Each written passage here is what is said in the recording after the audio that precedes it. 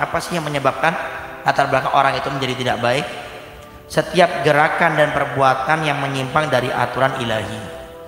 Jadi yang dia ucapkan itu tidak pernah aturan Allah itu menjadi barometernya, enggak. Ngomong seenaknya, ceplas-ceplos. Makanya coba lihat orang-orang yang kurang baik, Anda lihat itu hidupnya itu lepas kontrol daripada aturan Allah dan Rasul. Sehingga kalau ngomong nyakitin orang, diingetin nggak pernah terima, banyak alasan. Itu karena dia sudah melepaskan diri daripada aturan Allah.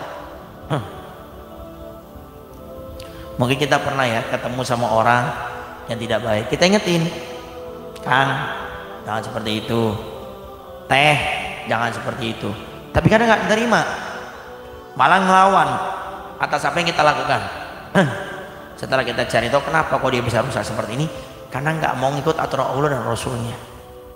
Artinya kebalikannya, kalau kita ingin jadi orang yang baik, ikuti aturan Allah dan Rasulnya, termasuk dalam mengikuti Nabi Muhammad SAW.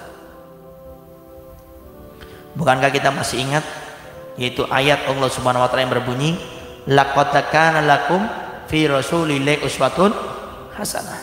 Sungguh dalam dirinya Nabi Muhammad SAW itu ada contoh yang baik. Artinya apa? Kita diperintah oleh Allah untuk mengikuti Nabi Muhammad, bukan untuk ngikutin yang lainnya. Oleh karenanya dalam ayat yang lain Allah berfirman, kul in kuntum tuhibbunallaha fattabi'uni yuhibbukumullah. Kul, katakan wahai Rasulullah, apabila kalian mencintai Allah, maka ikutilah aku yaitu Nabi Muhammad, maka Allah akan cinta kepada kalian. Artinya apa? Tidak mungkin orang sampai kepada Allah kecuali harus mengikuti Nabi Muhammad. Makanya tidak heran kalau guru Al-Faqir Dr. Usab bin Baharun beliau berkata seperti ini, mustahil orang yang di hatinya ada Nabi Muhammad tapi hidupnya tidak bahagia. Mustahil orang yang di hatinya ada Nabi Muhammad tapi hidupnya tidak bahagia. Artinya apa? Hidupnya ngikuti Nabi. Apa sih yang Nabi perintahkan kepada saya kalau berbicara? Ngikuti aturan Nabi. Apa sih yang Nabi perintahkan di saat saya diam? Ngikuti perintah Nabi. Apa yang saya lakukan di saat saya berjalan, duduk, berbicara, semuanya ngikuti aturan Nabi, maka kebaikan akan kita lakukan.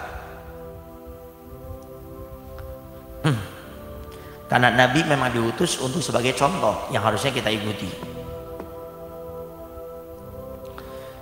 Tapi di saat seseorang itu tidak mengikuti aturan dari Allah Subhanahu dan Rasulnya, maka kebobrokan yang akan terjadi hingga rusaklah kehidupannya di dunia dan di akhirat. Tidaklah seseorang rusak akhlak dan lenyap kebahagiaannya kecuali karena melenceng dari aturan Allah. Nah, intinya orang nggak bakal bahagia hidup di dunia kalau sudah tidak mau mengikuti aturan Allah. Apa yang Allah perintahkan, ikuti. Apa yang Nabi ucapkan, patuhi. Contoh, Nabi perintahkan kita untuk menikah, maka menikah. Oh, saya belum siap, saya belum ini, ya persiapkan. Jangan nanti Anda nggak mau mengikuti aturan Nabi di saat ada orang menfitnah, menghina, mengolok, menjadikan Anda para perempuan sebagai godaan, candaan, makiat, baru Anda akan menyesal, baru Anda banyak komplain. Ya karena Anda nggak mau mengikuti aturan Allah dan Rasulnya. Coba ikuti aturan Allah dan Rasulnya. Kalau sudah waktunya menikah, bismillah nikah. Yang penting Anda menikah dengan laki-laki perempuan yang agamanya baik, bismillah. Anda yang perempuan, ada seorang laki-laki yaitu suami Anda yang menemani Anda, menjaga kehormatan Anda. Tidaklah Anda nyebrang, dia akan menyeberangkan Anda. Di saat Anda merasa sendiri, dia akan selalu ada di samping Anda. Kebaikan.